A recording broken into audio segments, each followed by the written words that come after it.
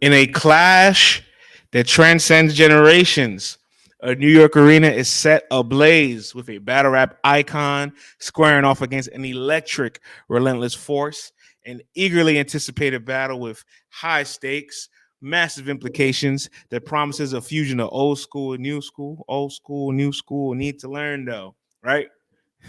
Lyricism at its finest between a hyper explosive performer and a tactician that could very well redefine the essence of the sport we call battle rap.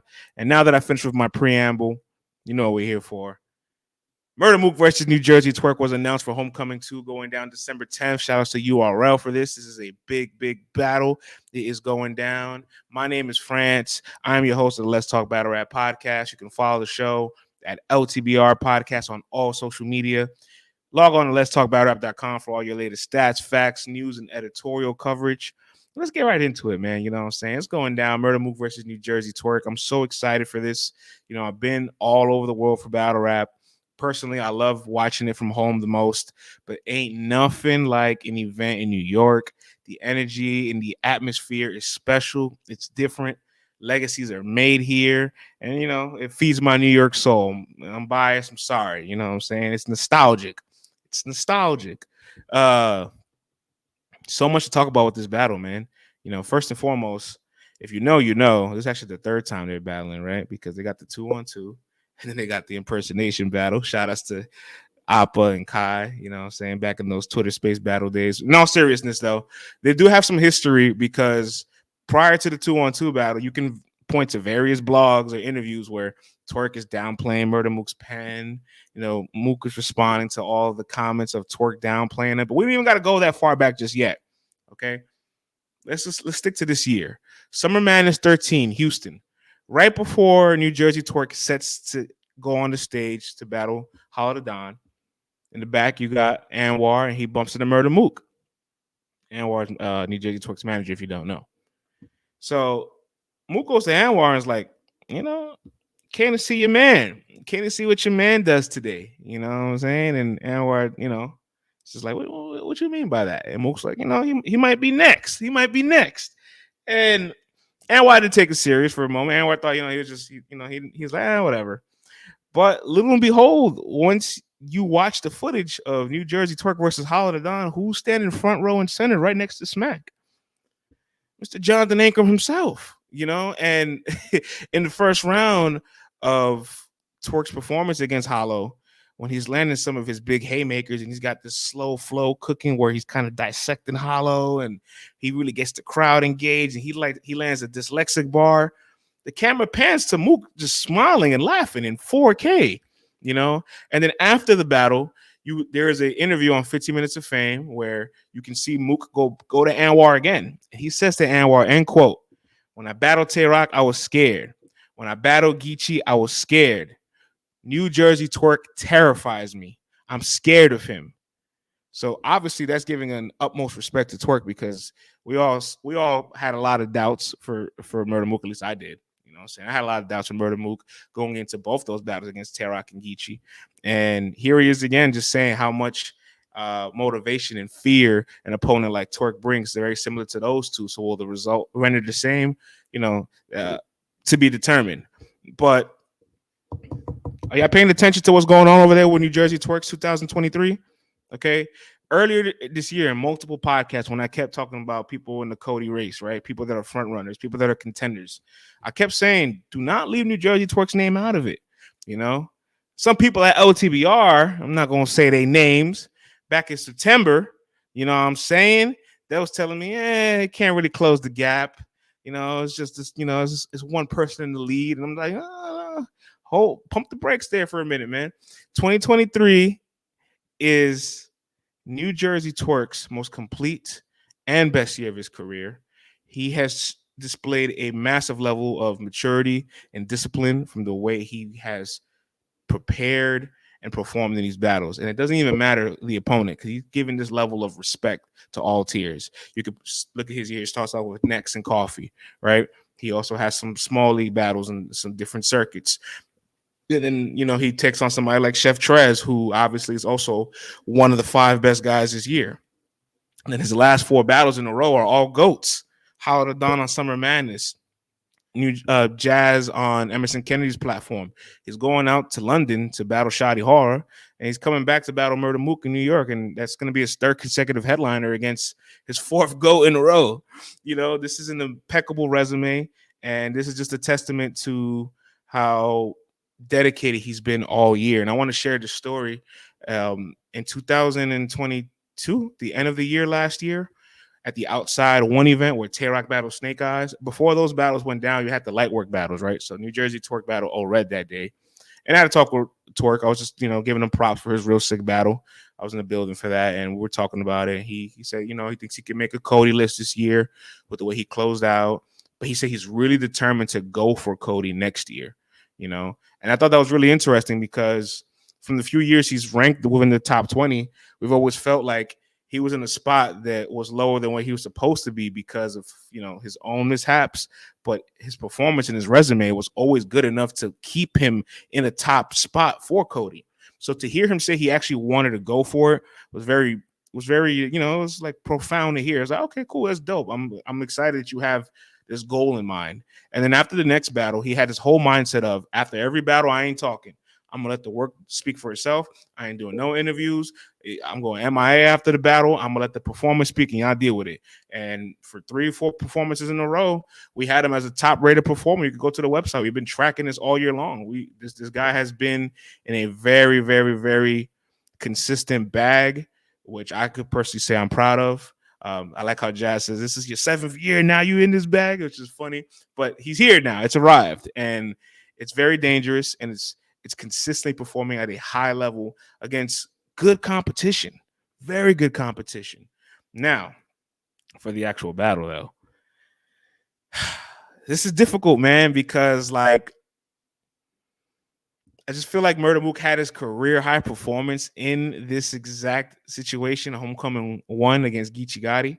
And listen, Lord knows I doubted him. Lord knows I didn't think he could translate or be dynamic on the stage. I hadn't really seen him do it prior to it, and I didn't know he had it in him.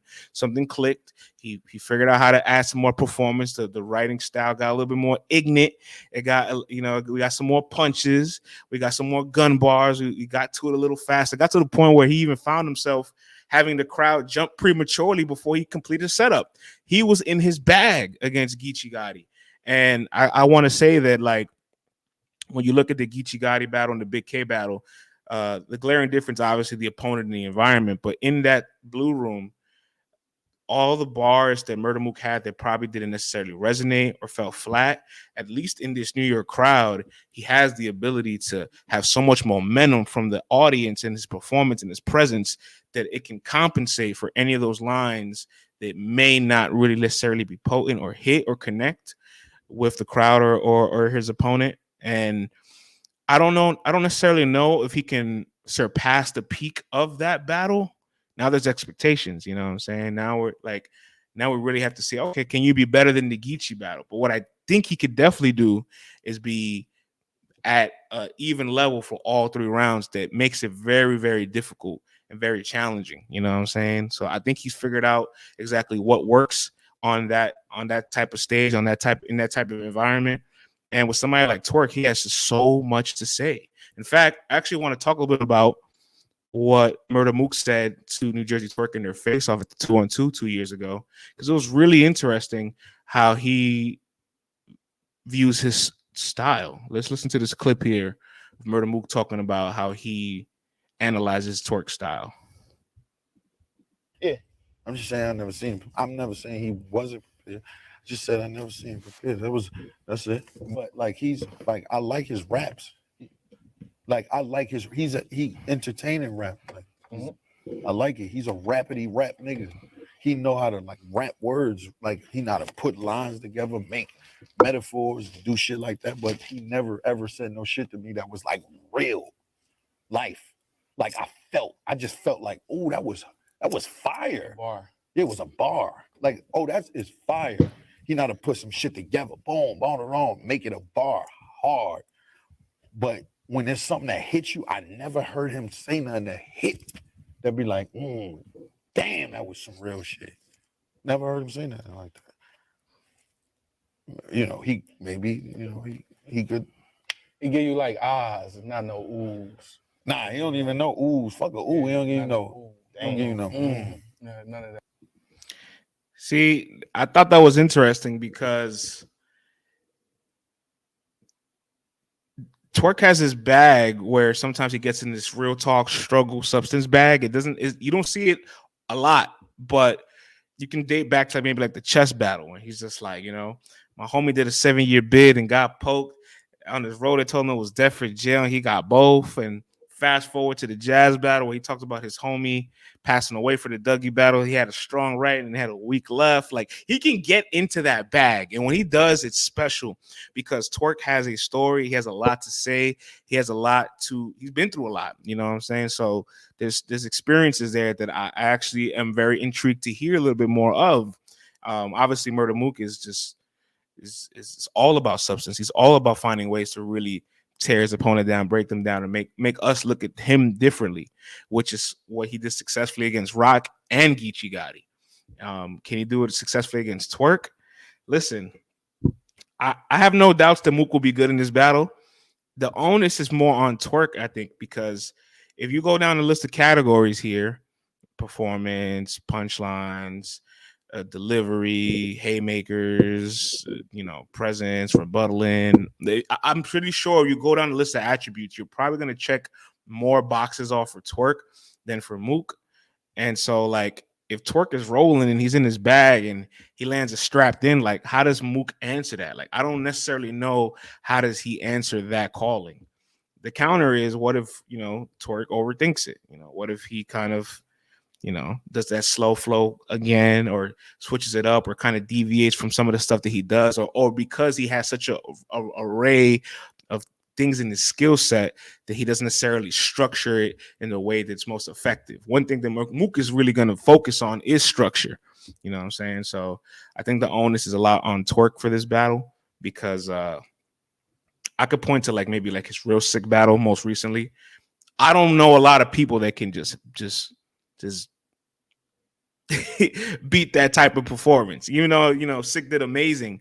Like, I just don't know people who could just clear that level of Twerk. You know what I'm saying?